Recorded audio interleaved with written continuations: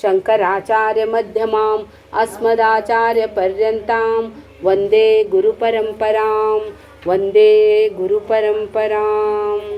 ನಮ್ಮ ಭಾರತ ದೇಶ ರೀ ಅನೇಕ ಹಬ್ಬಗಳನ್ನು ಮಾಡುತ್ತಲೇ ಬರ್ತೀವಿ. ನಿಮ್ಮ ಮನ್ಯಾಗರ ಭಾಳ ಆಗ್ತಾವ್ರಿ ಹಬ್ಬದ. ಅದಕ್ಕಾಗಿ ಜಿಂದಗಿ ಏಕ್ ತ್ಯೋಹಾರ್ ಹೈ, ಜಿಂದಗಿ ಏಕ್ ತ್ಯೋಹಾರ್ ಹೈ, ತ್ಯೋಹಾರ್ ಮೇ ರೋನಾ ಮನಾ ಹೈ. ಅದಕ್ಕಾಗಿ ನಮ್ಮ ಭಾರತ ದೇಶದಲ್ಲಿ 365 ದಿನಗಳವರೆಗೂ ಸಹಿತ ಪಂಚಾಂಗ ತೆಗೆದು ನೋಡೋದು ದಿನಕ್ಕೊಂದು ಹಬ್ಬ ಅದಾವ್ರಿ.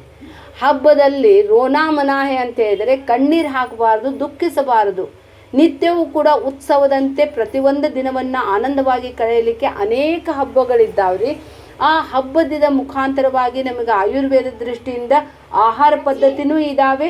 ಅದರಂತೆ ನಮ್ಮ ಮಾನಸಿಕವಾಗಿ ನಮಗೆ ಸದೃಢತೆಯನ್ನು ಕೊಡಲಿಕ್ಕೆ ಅನೇಕ ಪೌರಾಣಿಕ ಕಥೆಗಳನ್ನು ಇದ್ದಾವ್ರಿ. ಘಟಿಸಿರ್ಬೋದು, ಘಟಿಸಿಲ್ಲ ಏನು ಗೊತ್ತಿಲ್ಲ ರೀ. ಅದಕ್ಕಾಗಿ ಈ ಒಂದು ಜ್ಯೇಷ್ಠ ಮಾಸದ ಶುಕ್ಲ ಪಕ್ಷದ ಪೂರ್ಣಿಮೆಯ ದಿನ ರೀ ವಟ ಸಾವಿತ್ರಿ ಪೂಜೆ ಮಾಡ್ತಾರೆ. ಕಾರ್ ಹುಣ್ಣಿಮೆ ಅಂತಲೂ ಮಾಡ್ತಾರೆ, ವಟ ಸಾವಿತ್ರಿ ಪೂಜೆ ಅಂತಲೂ ಮಾಡ್ತಾರೆ. ಅದು ಸಹಿತ ತ್ರಯೋದಶದಿಂದ ಪ್ರಾರಂಭ ಮಾಡ್ತಾರೆ. ತ್ರಯೋದಶದಿಂದ ಇವತ್ತಿನಿಂದ ತ್ರಯೋದಶ, ಚತುರ್ದಶಿ ಮತ್ತು ಪೂರ್ಣಿಮಾ ಈ 3 ದಿನಗಳಲ್ಲಿ ಉಪವಾಸಾದಿಗಳನ್ನು ಮಾಡಿ ನಾಳೆ ಪ್ರತಿಪದದ ದಿನ ಊಟ ಮಾಡ್ತಾರೆ. ದ್ವಾದಶಿ ಎಲ್ಲ ರೀ, ಹುಣ್ಣಿಮೆ ಆಗಿದೆ ಪ್ರತಿಪದನ ರೀ, ಅವಾಗ ಮಾಡ್ತಾರೆ. ಇದಕ್ಕೆ ಏನು ಕಥೆಯಪ್ಪ ಅಂತ ಹೇಳಿದರೆ, ಇದರಲ್ಲಿ ವಟ ಸಾವಿತ್ರಿ ಪೂಜಾ ಅಂತ ಹೇಳ್ತಾರೆ. ವಟ ವೃಕ್ಷಕ್ಕೆ ಪೂಜೆ ಮಾಡ್ತಾರೆ. ಅದಕ್ಕೆ ಸಾವಿತ್ರಿ ದೇವತೆ ಅಧಿದೇವತೆ ರೀ. ಈ ಒಬ್ಬನ ರಾಜ ಇರ್ತಾನೆ ರೀ, ಆ ರಾಜನಿಗೆ ಮಕ್ಕಳಾಗಿರಂಗಿಲ್ಲ. ಅನೇಕ ವರ್ಷಗಳ ಮೇಲೆ 18 ವರ್ಷಗಳವರೆಗೂ ಆ ಪರಮಾತ್ಮನ ಧ್ಯಾನ ಮಾಡಿ ಪೂಜೆ ಮಾಡಿ ಅವ್ರಿಗೆ ಒಬ್ಬ ಮಗಳು ಹುಡ್ತಾಳ್ರಿ. ಅವ್ರು ಬ್ರಹ್ಮಾಜಿಗೆ ಪೂಜೆ ಮಾಡಿರ್ತಾರೆ.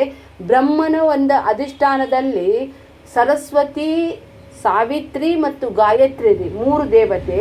ಈ 3 ದೇವತೆಗಳಲ್ಲಿ ಸಾವಿತ್ರಿ ಏನದಾಳಲ್ರಿ, ಅದು ಹೆಣ್ಮಕ್ಕಳಿಗೆ ಅತ್ಯಂತಿಕವಾದ ಪವಿತ್ರವಾದ ದೇವತೆ. ಆ ದೇವತೆಯ ಒಂದು ಅನುಗ್ರಹದಿಂದ ಆ ರಾಜನಿಗೆ ಒಂದು ಮಗಳಾಗ್ತಾಳೆ. ಅದಕ್ಕಾಗಿ ಆ ದೇವತೆ ಹೆಸರಂತೇಳಿ ಸಾವಿತ್ರಿ ಅಂತ ಅದಕ್ಕೆ ಹೆಸರಿರ್ತಾರೆ. ಆ ಸಾವಿತ್ರಿ ಇಷ್ಟು ಶಾಣಕ್ಯ ಇರ್ತಾಳೆ ಅಂತ ಹೇಳಿದರೆ, ಸರಸ್ವತಿ, ಸಾವಿತ್ರಿ ಮತ್ತು ಗಾಯತ್ರಿ ಇವು ಬುದ್ಧಿ ಕೊಡುವಂಥ ದೇವತೆನೇ ರೀ. ಗಾಯತ್ರಿ ಮಂತ್ರದ ಪ್ರಮುಖ ದೇವತೆ ರೀ ಇವರು. ಆ ಹುಡುಗಿ ಇಷ್ಟ ಎಲ್ಲ ಸಕಲ ಶಾಸ್ತ್ರ ಪಾರಂಗತ ಆಗ್ತಾಳೆ. ವೇದ ಅಧ್ಯಯನ ಮಾಡ್ತಾಳೆ, ಪುರಾಣಾದಿಗಳನ್ನು ಕಂಠಸ್ಥ ಹೇಳ್ತಿರ್ತಾಳೆ, ಎಲ್ಲರಿಗೂ ಪ್ರಿಯಳಾಗಿರ್ತಾಳೆ. ಅವಳ ಧಾರ್ಮಿಕತೆಯಿಂದ ಎಲ್ಲರಲ್ಲಿಯೂ ಪ್ರಸಿದ್ಧಿಯಾಗಿರ್ತಾಳೆ. ಆಕೆ ಭಾರಿ ಶ್ರೇಷ್ಠ ದೇವ್ರ ಪೂಜಾ ಮಾಡ್ತಾಳೆ, ಎಲ್ಲ ಸ್ತೋತ್ರ ಮಂತ್ರ ಕಂಠಸ್ಥ ಹೇಳ್ತಾಳೆ. ಅವಳು ಎಲ್ಲರಿಗೂ ಪ್ರಿಯಳಾಗಿದ್ದಾಳೆ ಅನ್ನೋದು ಎಲ್ಲರಿಗೂ ಜನರಿಗೆಲ್ಲ ಗೊತ್ತಾಗಿರ್ತೈತ್ರಿ. ಅವಳು ಒಂದು ವಯಸ್ಸಿಗೆ ಬಂದ ನಂತರ ಎಲ್ಲರೂ ಅವಳಿಗೆ ಲಗ್ನಕ್ಕೆ ಬರ್ಬೇಕಂದ್ರೆ ಹೆದರ್ಸ್ತಾರ್ರಿ. ಹೆಂಡತಿ ನನ್ಕಿಂತ ಶಾಣಕಿ ಇದ್ರ ಗಂಡಗೆ ಹೆದರ್ಕಿರಿ.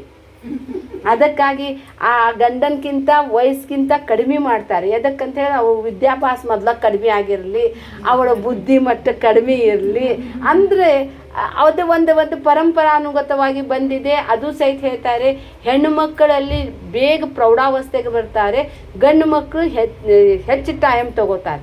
ಆದರೆ ವೃದ್ಧಾಪ್ಯ ಮಾತ್ರ ಲಘು ಹೆಣ್ಮಕ್ಳಿಗೆ ಬರ್ತೈತಿ, ಗಂಡು ಮಕ್ಕಳು ಇನ್ನೂ ಸ್ಟ್ರಾಂಗ್ ಇರ್ತಾರೆ. ಹೀಗಾಗಿ ಆ ಸಾವಿತ್ರಿಗೆ ಯಾರೂ ವರಗಳು ಕೂಡಿನ ಬರಂಗಿಲ್ಲ ರೀ. ನಮಗೆ ಕೊಡ್ರಿ ನಿಮ್ಮ ಮಗಳಂತನೇ ಬರಂಗಿಲ್ಲ. ನಾವಾಗಿ ಹೆಂಗೆ ಕೊಡಬೇಕು ಅಂಥೇಳಿ ಅವಳಿಗೆ ವಯಸ್ಸಾಗ್ತಾ ಬರ್ತೈತಿ.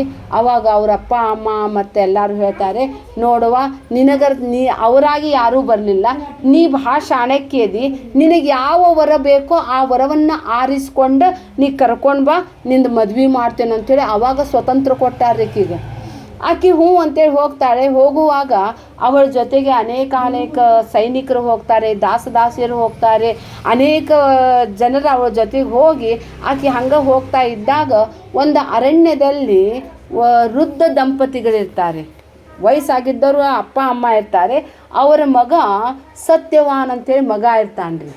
ಆ 2 ಮಂದಿ ಅವ್ರದ್ದು ಹೆಸರು ಏನದರಿ, ದ್ಯುಮ್ನಮಸ್ತನ ಏನದರಿ. ಅವನು ರಾಜನಿರ್ತಾನೆ, ಸೋತಿದ್ದ ಕಾರಣವಾಗಿ ಅರಣ್ಯದಲ್ಲಿ ಅವರು ಮುಖವನ್ನು ಮರೆಮಾಚಿ ಅಲ್ಲೇ ಇರ್ತಾರೆ ಒಂದು ಗುಡಿಸ್ಲಲ್ಲಿ. ಅವ್ರ ಮಗನ ಸತ್ಯವಾನ್ ಇರ್ತಾರೆ. ಅವರು ಸಹಿತ ದೇವ್ರಿಗೆ ಭಾಳ ಬೇಡ್ಕೊಂಡಿರ್ತಾರೆ. ಅವ್ರ ಅಪ್ಪ ಅಮ್ಮ ಭಾಳ ಸತ್ಯ ಮಾತಾಡ್ತಿರ್ತಾರೆ. ಸತ್ಯವೇ ನಮಗೆ ಜೀವನದಲ್ಲಿ ಬದುಕಿಸೋದು, ಸತ್ಯವನ್ನು ಆಡಿದ್ದೇ ಆದರೆ ಸತ್ಯ ಲೋಕ ಸಿಗುತ್ತದೆ, ಅದಕ್ಕೆ ದಿನ ಸತ್ಯ ಸತ್ಯ ಹೇಳೋಂತಡಿ ಅಂತೇಳಿ ಮಗನ ಹೆಸರು ಸತ್ಯವಾನ್ ಇಟ್ಟಿರ್ತಾರೆ. ಅವರು ಬಲವಾನ್ ಧನವಾನ್ ಹಿಂಗೆ ಹೇಳ್ತಾರೆ ನೋಡ್ರಿ, ಹಂಗೆ ಸತ್ಯವಾನ್ ಅಂತ ಇಟ್ಟಿರ್ತಾರೆ. ಸತ್ಯವಾನನು ಸಹಿತ ಸತ್ಯವಂತನೇ ಇರ್ತಾನೆ. ಅವನು ಅಲ್ಲಿಂದ ಕಟ್ಗೆ ಇಟ್ಗಿ ತಂದು ಅಪ್ಪ ಅಮ್ಮನ ಜೊತೆಗೆ ಆರಾಮಿರ್ತಾನೆ. ಆ ಹುಡುಗಿ ನೋಡ್ತಾಳೆ, ಏನಾರು ಇರಲಿ ಕಟ್ಗೆ ಇಟ್ಗಿ ತರಾಕ ಗಟ್ಟಿ ಮುಟ್ಟಿ ಅದಾನಿವ ಅಂಥೇಳಿ ಆ ಹುಡುಗಗೆ ಮಾಡ್ಕೊಳ್ಳೋನು ಅಂಥೇಳಿ ತಂದೆ ತಾಯಿ ಸೇವಾ ಮಾಡುವಂತಹ ಉತ್ತಮ ಸಂಸ್ಕಾರದ ಇವನಿಗಂತೇಳಿ ಆಕಿ ಆ ತಂದೆ ತಾಯಿಗೆ ನಮಸ್ಕಾರ ಮಾಡ್ತಾಳೆ. ನಮಸ್ಕಾರ ಮಾಡಿ ಆ ಹುಡುಗಗೆ ಹೇಳ್ತಾಳೆ, ಅವ್ರ ಅಪ್ಪ ಅಮ್ಮಗ, ನಿಮ್ಮ ಮಗಗೆ ನಾನು ಒರೆಸ್ಬೇಕಂಥೇಳಿ ನಾನು ಸಂಕಲ್ಪ ಮಾಡಿದ್ದೇನೆ. ನಾನು ವಿಶ್ವಾವಸುನ ಯಾವನ ರಾಜ ಇರ್ತಾನ್ರಿ ಅವನ ಮಗಳು ಆಗಿದ್ದೇನೆ. ನನಗೆ ನಿಮ್ಮ ಮಗನ ಜೊತೆಗೆ ಮದುವೆ ಆಗಬೇಕನ್ನುವಂತಹ ಇಚ್ಛಾ ಅದ. ಅದಕ್ಕಾಗಿ ನಾನು ಕೊನೆಯವರೆಗೂ ಸಹಿತ ನಿಮ್ಗೆ 3 ಮಂದಿಗೆ ಚೆನ್ನಾಗಿ ನೋಡ್ಕೊಂಡು ಸೇವಾ ಮಾಡಿಕೊಂಡು ಇರ್ತೇನೆ. ನನಗೆ ನೀವು ಪಾಣಿಗ್ರಹಣ ಮಾಡಿಸ್ಬೇಕು ಅಂತ ಹೇಳ್ತಾನೆ. ತಾನಾಗಿ ಮಗಗೆ ಬಂದರು ಯಾರು ಬೇಡ ಅಂತಾರೆ ಈಗಿನ ಕಾಲಕ್ಕೆ. ಹುಡ್ಕಾಕ್ ಹೋದ್ರು ಸಿಗಂಗಿಲ್ಲ. ಅದು ಸಹಿತ ರಾಜಕುಮಾರಿ ಬಂದಾಳ ಅಂತ ಹೇಳಿದ್ಕೊಳ್ಳೋ ಹ್ಞೂ ಅಂತಾರ್ರಿ. ಹ್ಞೂ ಅಂತೇಳಿ ಆಕೆ ಕರ್ಕೊಂಡು ಹೋಗ್ತಾಳೆ. ಹೋಗೋ ತನಕ ಅಂತ ಹೇಳಿದರೆ ಆ ಹುಡುಗ ಕರ್ಕೊಂಡು ಹೋದ್ರೆ ಅವ್ರ ಅಪ್ಪನ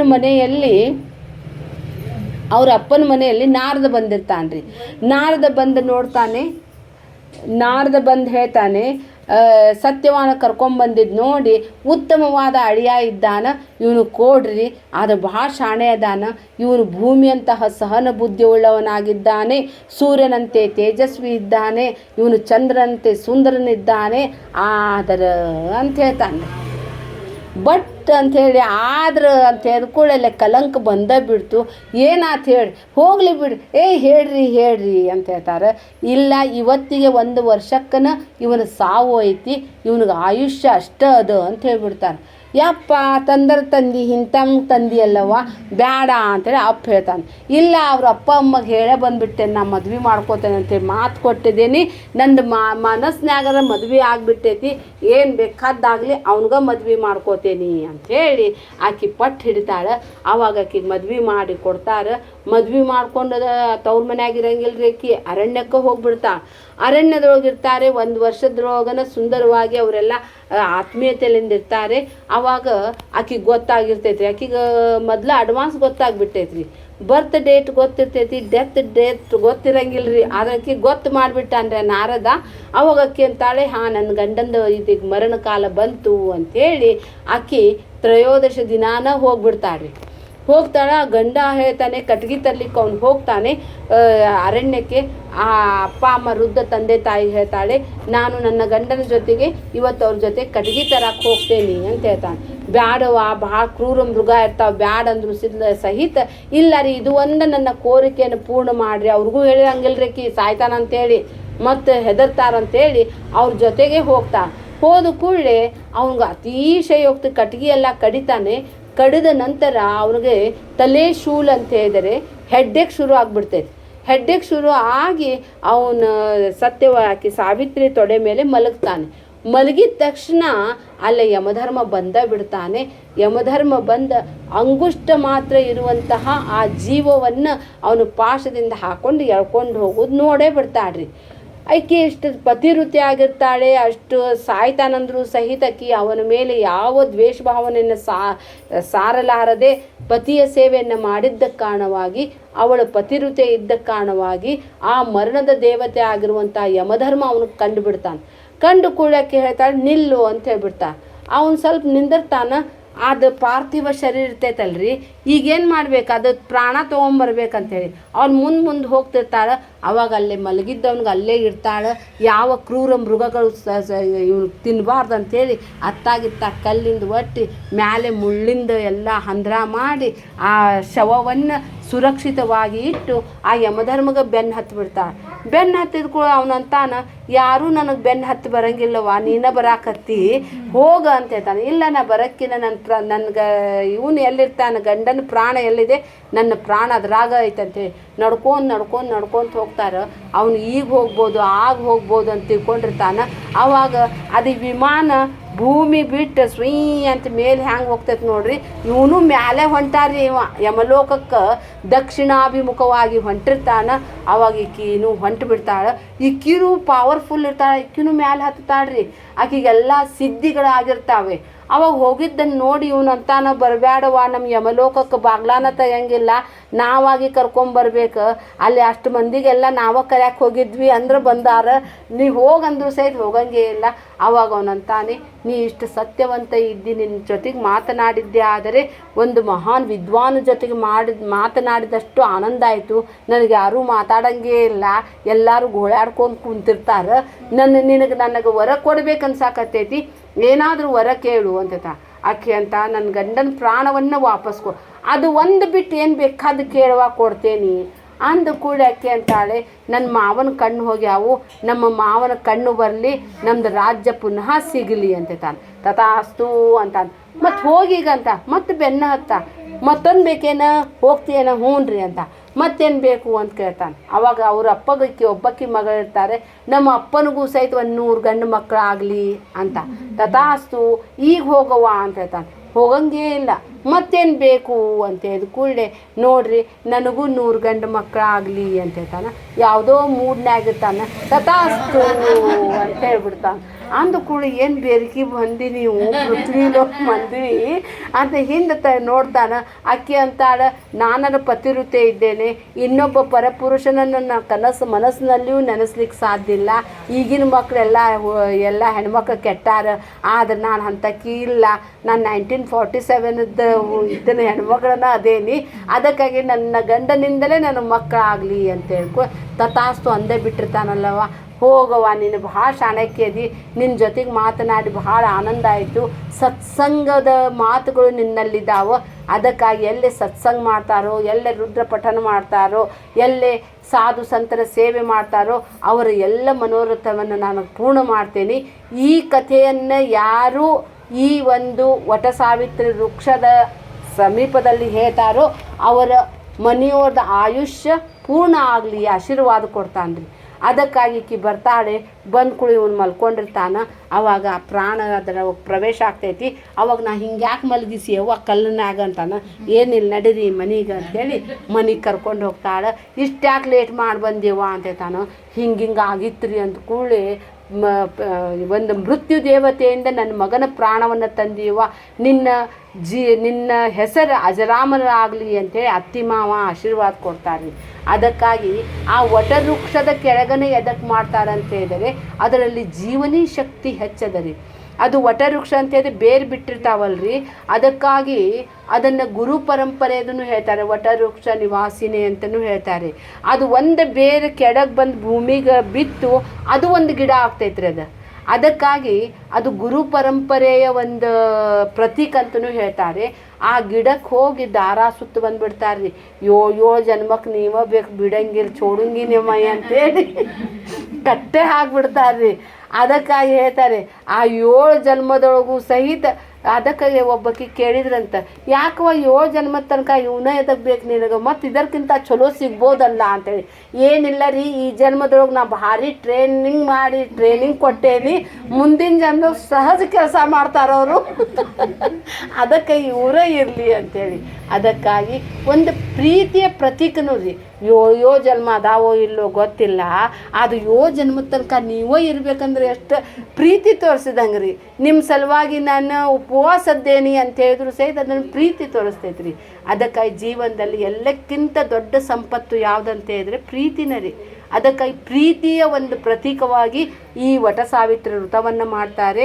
ಯಾರು ವಟಸಾವಿತ್ರಿ ದಿನ ಈ ಕಥೆಯನ್ನು ಕೇಳ್ತಾರೆ ರೀ, ಅದು ಸಹಿತ ಏನು ರೀ, ಅವು ನೀರ್ಲಣ್ಣು ತಿಂತಾರೆ ರೀ. ನೀರ್ಲಣ್ಣಕ್ಕೂ ಒಂದು ಕಥೆ ಅದ ರೀ. ಹಂಗೆ ಹೇಳ್ಕೊಂಡು ಕುಂತ್ರೆ ಭಾಳ ಕಥೆ ಅದಾವ್ರಿ. ಅದು ದ್ರೌಪದಿ ಮಾಡಿದ್ದ ರೀ. ದ್ರೌಪದಿ ಇದನ್ನು ಉಪವಾಸ ಮಾಡಿರ್ತಾಳೆ. ದ್ಯುಮ್ನ ಋಷಿನ ಯಾವುದೋ ಋಷಿ ಇರ್ತಾರೆ ರೀ, ಇಂಥ ದೊಡ್ಡ ನೀರ್ಲಣ್ಣು ಎದ್ದಿರ್ತೈತೆ ರೀ. ಹೋದಕ್ಕಿನ ಹಿಂಗೆ ಮುರಿದ ಬಿಡ್ತಾರೆ ರೀ. ಕೇಳಬೇಕಿಲ್ರಿ ಯಾರ್ದಿದು ಏನಂತೇಳಿ ಗ್ಲಾಸೋಸ್ನ್ಯಾಗ ಹೂ ಹರಿದ ಬಿಡ್ತಾಳೆ. ಹರಿದ ಕೂಡಲೇ ಅಲ್ಲಿ ಋಷಿ ಹೇಳ್ತಾನೆ, ಅದನ್ನು ಮತ್ತೆ ಕೃಷ್ಣ ಹೇಳ್ತಾನೆ, ಅದು ಮೊದಲು ಹ್ಯಾಂಗಿತ್ತು ಹಂಗೆ ಹಚ್ಚಿಲ್ಲ ಬಂದು ಶಾಪ ಕೊಡ್ತಾನೆ ನೋಡಿ ನಿನಗೆ ಅಂತೇಳಿ. ಆವಾಗ ನಿಮ್ಮ ಮನಸ್ಸಿನಾಗ ಇದ್ದಿದ್ದು ಏನೇನೈತಲ್ಲ ಅದನ್ನು ಹೇಳ್ರಿ ಅಂತ ಹೇಳ್ತಾನೆ. ಸಹದೇವ್ ತನ್ನ ಮನಸ್ಸಿನಾಗ ಇದ್ದಿದ್ದು ಹೇಳ್ತಾನೆ, ಒಂದು ಸ್ವಲ್ಪ ಮುಂದೆ ಹೋಗ್ತೈತಿ. ಆಮೇಲೆ ಯಾರು ಸಹದೇವ ನಕುಲ್ ಹೇಳ್ತಾನೆ, ಸ್ವಲ್ಪ ಮುಂದೆ ಹೋಗ್ತೈತಿ. ಅರ್ಜುನ ತನ್ನ ಮನಸ್ಸಿನಾಗಿಂದ ಹೇಳ್ತಾನೆ, ಮೇಲ್ಮೇಲೆ ಧರ್ಮರಾಜ ಹೇಳ್ತಾನೆ, ಪೂರ ಹೋಗಿರ್ತೈತ್ರಿ. ಈಕಿ ದ್ರೌಪದಿಗೆ ಹೇಳ್ತಾರೆ, ನಿನ್ನ ಮನಸ್ಸಿನಾಗ ಇದ್ದಿದ್ದು ಜೋರು ಹೇಳ್ಬೇಕ್ರಿ. ಮತ್ತು ಹೇಳಂತ ಹೇಳ್ಕೊಳ್ಳಿ, ಆಕೆ ಏನಿಲ್ಲ, ನನ್ನ ಗಂಡಂದ್ರೆ ಭಾಳ ಚಲೋ ಶಾಣೆ ಅದಾರ, ಎಲ್ಲಾರು ಅದಾರ, ಇವ್ರು 5 ಮಂದಿ ಮೇಲೆ ನಾ ಭಾಳ ಪ್ರೀತದೇನಿ ಅಂತ ಹೇಳ್ಕೊಳ್ಳಿ, ಅದು ಧಮ್ ಅಂತ ಕೆಳಗೆ ಬಿದ್ದು ಬಿಡ್ತೈತೆ. ಸುಳ್ಳು ಹೇಳ್ತಾಳೆ ಆಕೆ. ಏನದು ಹೇಳಂತ ಹೇಳಿದರೆ ಆಕೆ ಹೇಳ್ತಾಳೆ, ನನಗೆ 5 ಮಂದಿ ಪಂಚಪಾಂಡವರು ನನ್ನ ಗಂಡ ಇದ್ದಾನಲ್ಲ, ನನಗೆ ಕರ್ಣನು ನನ್ನ ಗಂಡನಾಗಬೇಕಾಗಿತ್ತು ಅಂತ ನನಗೆ ಅನ್ನಿಸ್ತೈತಿ ನನ್ನ ಮನಸ್ಸಿನಾಗ ಅಂದ್ಕೊಳ್ಳಿ. ಸುಯ್ ಅಂಥೇಳಿ ಅದು ಅಂಟ್ಕೊಂಡು ಬಿಡ್ತೈತ್ರಿ. ಅದು ಅಂಟ್ಕೋಬೇಕಂತ ಹೇಳಿದ್ರೆ ಅದು ನೀರ್ಲಣ್ಣು ನೋಡ್ರಿ ನೀವು, ಅದಕ್ಕೆ 2 ದುಂಬದಾವ್ರಿ. ಅದು ಕೆಳಗಿಂದ ಬಿಟ್ಟು ಅದು ಮ್ಯಾಲಿಂದ ರೀ, ಅದು ಉಲ್ಟಾ ಹಚ್ಚಿಬಿಟ್ಟಿರ್ತಾಳ್ರಿ ಆಕಿ. ಅದಕ್ಕಾಗಿ ನೀರ್ಲಣ್ಣು ತಿಂತಾರ್ರಿ. ನೀರ್ಲಣ್ಣು ತಿನ್ನೋದ್ರಿಂದ ಶುಗರ್ ಲೆವೆಲ್ ಕಡಿಮೆ ಆಗ್ತೈತ್ರಿ. ಆದರೆ ಆ ದಿನ ಉಪವಾಸ ಇದ್ದಾಗ ಬರೀ ನೀರ್ಲಣ್ಣು ಅಷ್ಟೇ ತಿನ್ಬೇಕ್ರಿ. ಅದರ ಮೇಲೆ ಹಾಲು ಕುಡಿಬಾರ್ದ್ರಿ, ಮತ್ತು ಯಾವ ಆಹಾರವನ್ನು ಸೇವಿಸಬಾರ್ದ್ರಿ. ಅದು 1 ವರ್ಷದೊಳಗೆ ಅಷ್ಟು ನೀರ್ಲಣ್ಣು ತಿಂದ ನೀವು ಕುಂತ್ರೆ ನಿಮಗೆ ಡಯಾಬಿಟಿಸ್ ಬರೋದನ್ನೇ ಇಲ್ಲ ರೀ. ನೀರ್ಲಣ್ಣು ಅತಿ ಔಷಧಿಯುಕ್ತ ರೀ, ಮತ್ತು ಅದು ವಿಷಯುಕ್ತ ರೀ, ವಿಷಾನ ರೀ. ಅದಕ್ಕಾಗಿ ಶಿವ ವಿಷವನ್ನು ಉಂಡಾನ್ರಿ. ಅದಕ್ಕಾಗಿ ನೀರ್ಲಣ್ಣು ತಿಂದು ನೀವು ಏನು ಅದ್ರ ಮೇಲೆ ಯಾವ ಹಣ್ಣನ್ನು ತಿನ್ನಬಾರ್ದು, ಏನೂ ತಿನ್ನಬಾರ್ದು ರೀ. ಅದು ಹೊಟ್ಟೆಯಾಗಿನ ಕರಗು ತನಕ ನೀವು ಹಾಲಂತರ ಮೊದಲ ಕುಡಿಬಾರ್ದು. ಅದಕ್ಕಾಗಿ ವಟವೃಕ್ಷದ ಸಾವಿತ್ರಿಯ ಪೂಜೆಯನ್ನು ನಾವೆಲ್ಲರೂ ಮಾಡೋಣ. ಆ ಒಂದು ವಟವೃಕ್ಷದ ಒಂದು ಅನುಗ್ರಹದಿಂದ ನಮಗೆ ಗುರುಕರುಣೆನೂ ಆಗಲಿ, ಮತ್ತು ನಮ್ಮ ಮನೆಯಲ್ಲಿರುವಂಥವ್ರಿಗೆಲ್ಲರಿಗೂ ಕೂಡ ದೀರ್ಘಾಯುಷ್ಯ ಆಗುತ್ತದೆ ಅನ್ನೋದೇ ಈ ಒಂದು ಋತದ ಸಾರಾಂಶ. ಹರಿ ಓಂ. ಸದ್ಗುರುನಾಥ್ ಮಹಾರಾಜ್ ಕಿ ಜೈ.